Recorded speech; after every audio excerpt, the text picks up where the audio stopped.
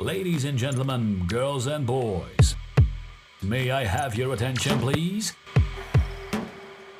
Are you ready to engage in a mind-blowing experience and hear talks about life, technology, entertainment, and business? The next episode of HIPTHER Talks starts in 10, 9, 8, 7, 6, 5, 4, 3, 2, 1, go. Hi everyone, Zoltan here. We're back again with HIPTHER Talks. Today we are going to come back from the blockchain side and enter a much more interesting world, which is the metaverse. And today I have with me Lili Eva Bartha, CEO of GN3RA. Maybe she will pronounce this more correctly because it's a new company and it has a very interesting name. So hi Lili, it's nice to meet you. I know that you are a new media designer and a Web3 entrepreneur, but I will leave you to tell a bit more about yourself and your background and say a few words about your company. So hi, it's nice to meet you. Nice to meet you. Thank you, Zoltan, for the introduction and for the invitation. I'm beyond excited to be here and represent GN3RA. I know it's a hard thing to pronounce, so everyone listening, GN3RA, please remember the name. We hope that we will be appearing quite a lot around the world, so hopefully people will just start remembering it. Yes, so a little bit about me. I'm Lili. I'm the founder and the CEO of the company, and I think what I usually do is I introduce my background because people don't really understand how I arrived to this point in my life based on all the little stations that I stopped at. So I started off as a mathematician in Hungary, but then I decided I would like to be a fashion designer and express more a little bit my creativity through those means. So I studied fashion design in Denmark, and then I did a master at the Royal College in London. So after 11 years of studying, I realized that this is all great, and I actually did manage to become a fashion designer. I did work for really big companies, and I did, design for the biggest fashion weeks, which is a big accomplishment in many fashion designers' life. But I realized that actually the industry is quite horrible. In fact, it's the second most pollutive industry in the world, and the social environmental footprint is just enormous in a sadly negative way. So I almost stepped away from the industry. But thankfully, due to good guidance and advisors around me, I realized that actually how I can truly contribute to the change is by finding my ways to reduce my physical production and create alternative solutions. So I became a digital expert. I created a studio around 2020. And with that studio, I have been creating immersive Web3 and fashion projects to different stakeholders like individual designers, academia, gaming companies, and fashion brands throughout the last couple of years, which has been a really interesting experience because I could be seeing firsthand how these businesses are entering the so-called today metaverse landscape and what are the actual tools and kind of experiences that they are looking for in order to connect better with the newer audiences. So this is how I arrived to the role that I am doing today, but obviously how it became a company, that's another story. All right, so was it this at the beginning of 2020 or later? Good question. It was actually in the beginning of 2020, end of 2019. So it was before the pandemic. And it was quite interesting to kind of just follow my intuition and really just do like a fun, huge VR project around fashion. And then the pandemic arrived. And sadly, just before I was about to graduate, we had to move to our living rooms.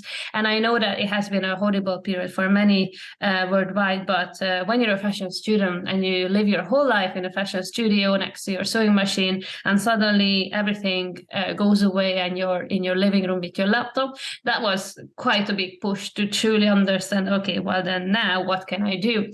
I'm not saying it wouldn't have happened without the pandemic, but it was definitely an eye-opening experience on how I can still continue developing my creative practice, kind of express my values, my ethos, and whatever I want to tell the world from my living room. So that's when I opened a couple of digital software more related to fashion, then virtual reality.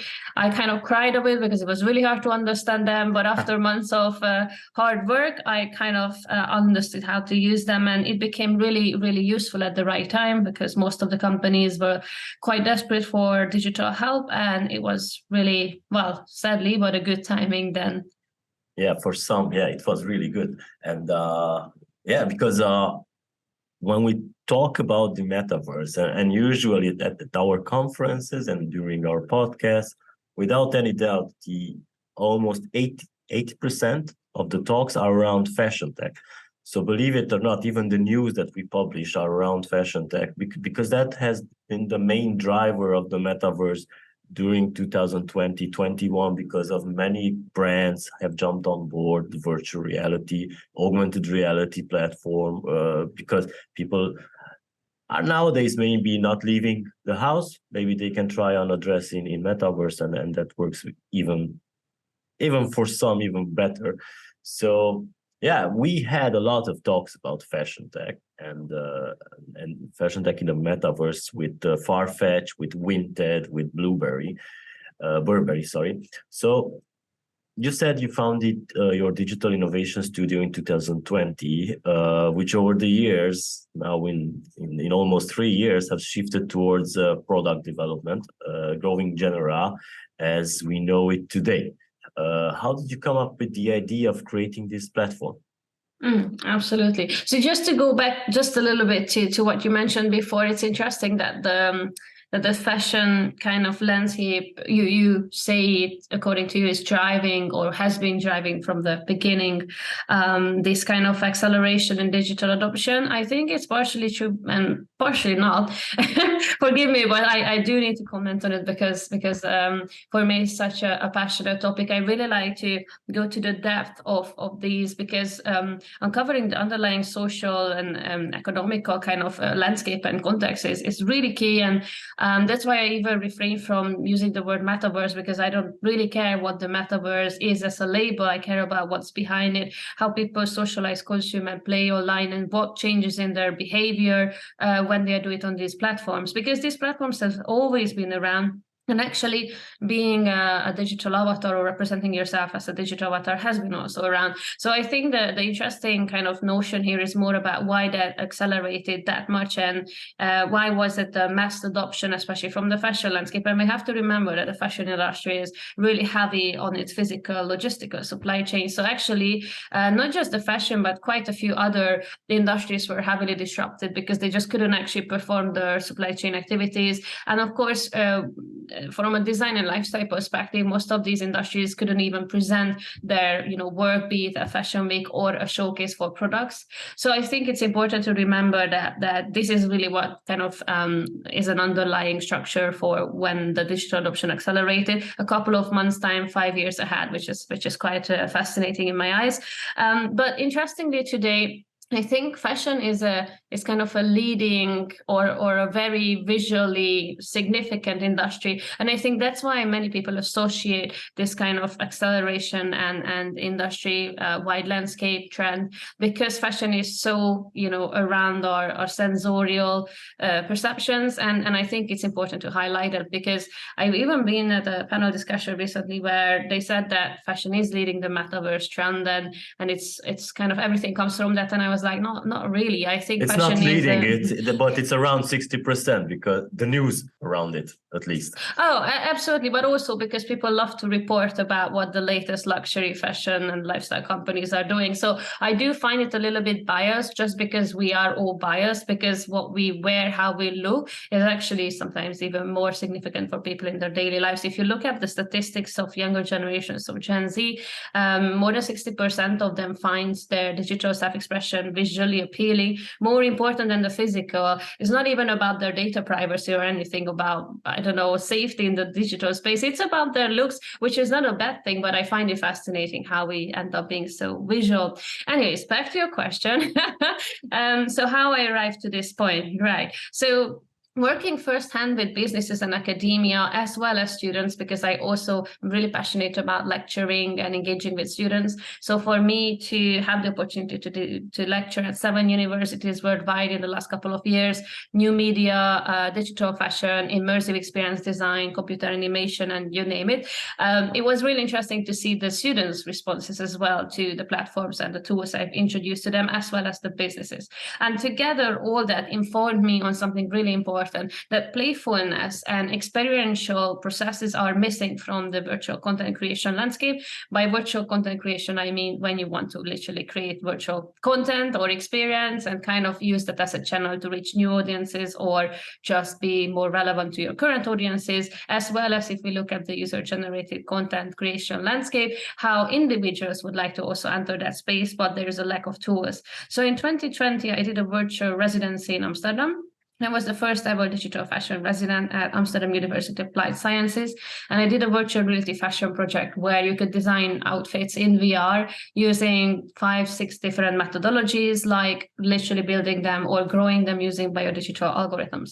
It was obviously quite experimental and quite artistic, but actually user testing that experience, hearing the feedback from students saying, can you please make this into an actual product because I do want to do this. And finally, you created a way where I actually enjoy it. So it's a long in the making, but actually today we arrived to the point where I did build a company. I did created a product focused kind of strategic studio. I did hire my team. I did do a successful fundraise. And then now we managed to launch our minimum viable product last week. So it has been a really interesting journey. And I'm beyond grateful that I could actually build something that now hundreds of users can try out the first time in the world. Yeah, it's exciting. Are there any news that we haven't touched base on? Oh, absolutely. I mean, the whole year is ahead of us. 2023 is going to be mind-blowingly exciting. We are just in the last stages of strategizing for Q1 and Q2, so the first couple of months in the year. And one of the most exciting things about our product that is modular. We have product features lined up that we have already partially developed. We have incredible opportunities along the timeline, like the Metaverse Fashion Week next year. And we have incredible partnership opportunities. So I see product features, timeline, milestones, and partnerships like a puzzle. And we have this beautiful freedom of like shifting it around to make sure that our community truly benefits from our next steps. And if anything, we set up our Discord channel so that users can give us direct feedback on what is it that they would like to see in the platform. So it's a very organic way of developing the platform with actually these people. So I cannot tell too much, but people should really look out for a really interesting collaboration coming up, which will enable people to wear the creations that they create in general. I'm not going to explain where in what sense, because I think in this landscape where can be a million different things. But it was an interesting feedback we got from players already. They want to wear them. And even though our platform will have its own capacities to create showcase spaces and invite fellow users and kind of wear the outfits and own avatars and share the experience, they do want to, I think, see a bridge or an interoperable approach to at least some platforms. So we actually accelerated the development of that. That's going to be one of our biggest milestones, I think, early next year. The other one is the multi-user functionality. So people love creating, but I think people even love more brainstorming together. And we are one of the first ever fashion platforms where you can do that as a multi-user kind of gamified creation experience. So people will be able to create design experiences together, share their ideas, feedback from the very beginning. And I think that's one of the fundamentals of community-led creation, that you can do actually the process itself together with your friends. So these are key two areas that I'm really looking forward to explore next year. And also we're planning another event, of course, because, well, now that we can meet in real life, it's truly an amazing opportunity. We are actually in discussions with a huge space in London where we are looking to do some real life immersive installations. And I'm speaking huge ones because they have outrageously huge screens. So I'm particularly interested about that because even at our lunch evening some weeks ago, we met so many people who were interested and wanted to come along. And I think these are the kind of events that we can truly share our values and our mission. We want to create a knowledge exchange, a skill share platform, rather than, hey, this is general, please come and, see it. It's more like, hey, have you thought about what virtual self-expression means to you? Do you want to try some experimental tools to really question in yourself as a general audience member tomorrow? What does it mean to be online and who am I online? Well, then come along and you can talk to us, to our team. We are very friendly. We have industry experts, we have academics, this. So please come and enjoy. And I want to create this like playground platform as we go along in a number of different physical events. But this will be announced soon. So if anyone is following us, stay tuned, because you will see much more details on it. If you're based in London, hopefully soon we can also do some activations worldwide rather than just London. But for now, we are very small. So London will be our center for this. All right. So any chance you also can create NFTs on your platform? Yes. So as I mentioned, that is actually going to be a significant implementation for us. But I want to make sure that it's clear it's not because it's trendy or it's it's expected. It's because it's needed and it's useful. So again, our users will customize outfits and they will create versions of them that doesn't exist anywhere else, which means that they create their own IP, and we want to protect them. So by storing it on the blockchain and authenticating it with tokenization, we will help them to have more control over this actual intellectual property they create. And also these usually add more value to the actual creative process itself. So once they will mint the outfits, they will be able to trade them. Well, the trading will happen even before that. But obviously, I think tokenized goods are a quite good representation of what is tradable, because then you make it unique and it's increasing its value when it comes to trading. We have some really interesting trading opportunities that we have in plan, for example, renting and swapping and auctioning. So we want to kind of bring back the physical activities that often people perform with their own, for example, collectibles. If you think of virtual outfits compared to physical heritage outfits, many people see physical heritage outfits as an investment, and then they use that investment to kind of like yeah, I'm never alone, the cat is always around. So those who are watching the video, you just saw a cat, and those who are listening on Spotify, you better head to our YouTube channel HIPTHER TV to see her cat. Oh, it's okay. So if there is a video recording, then indeed the neighbor's cat is really keen on disrupting my calls usually, just like we want to disrupt the industry. So we have lots in common. But yeah, in a nutshell, that's going to be part of our Web3 integration. There is more to it. But the question of when it's going to come, I personally don't know. We were hoping to do it almost as soon as Q1 next year. But honestly, looking at what users really would like to see, as much as user-driven economies are key, and we want to kind of eventually move, step back from in-application purchases and move towards the model of commissions and transactions between users, because I think that's what can truly enable a user community to thrive. We first need to facilitate some basic needs of our users, which is, for example, wearing it in other platforms, because at the end of the day, it is fashion and people want to wear it. So first of all, we will focus on that. And then I think the trading will come with the Web3 aspect to it. All right. So we have your plans for 2023 now. We also want to hear your goals, maybe personal goals. Oh, personal goals. Well, I would like to not go crazy, because I think founders have a tendency of overwhelming themselves with ideas and actions. And Tell me about it.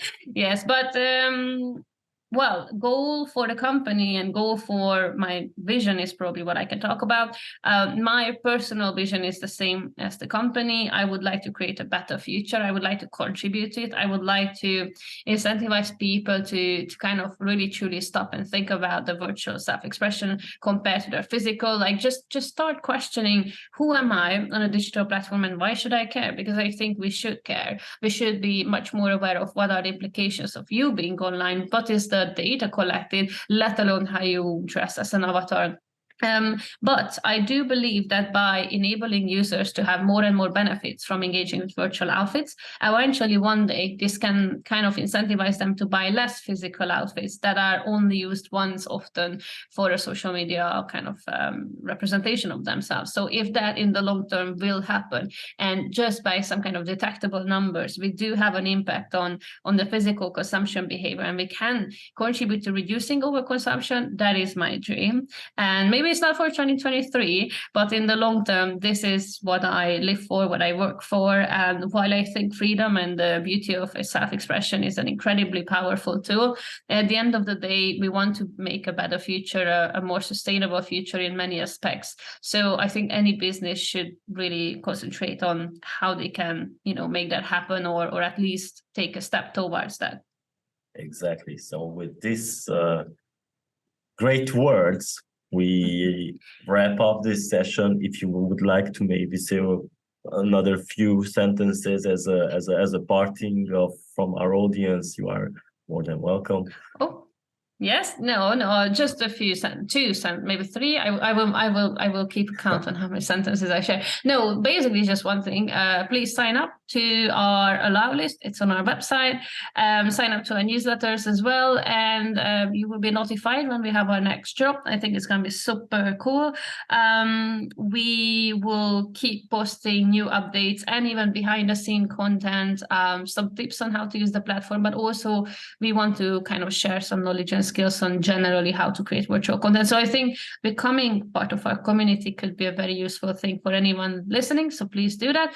Genera.io, you can find us there. And of course, please reach out if you have any questions, because the whole point of decentralized community-driven creation is that you can approach us and we can chat. Join our Discord as well. Maybe I should just say join every social channel we have and my marketing lady will be proud of me.